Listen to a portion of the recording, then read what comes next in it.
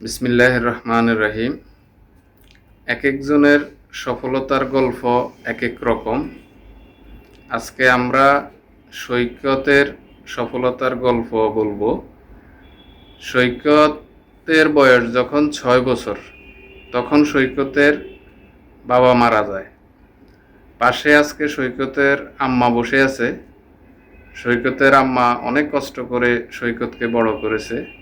একটা স্বপ্ন দেখেছে ছেলেকে যে কোনোভাবে একটা ভালো ভবিষ্যৎ গড়ে দিবেন।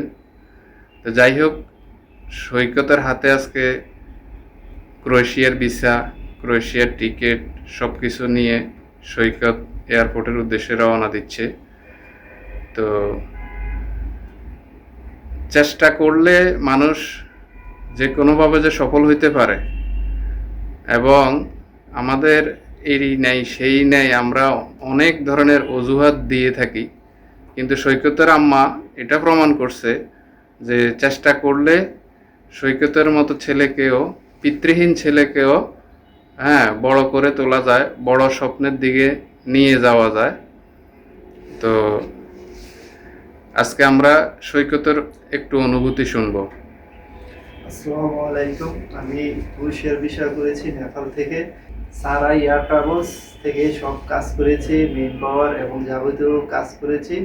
তাদের সার্ভিসগুলো অত্যন্ত ভালো এবং কাজগুলো খুব ভালোভাবে মনোযোগ দিয়ে করে তারা। তাদেরকে অসংখ্য ধন্যবাদ। সৈকত আজকে ইউরোপের উদ্দেশ্যে রওনা দিচ্ছে। সৈকতের আম্মার একটা কথা শুনতে চাচ্ছি আমরা।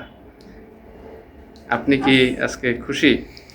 আসসালামু আলাইকুম। আমি অনেক অনেক ধন্যবাদ সবাইকে। আমি আমার ছেলে মেয়ের জন্য দোয়া চাই।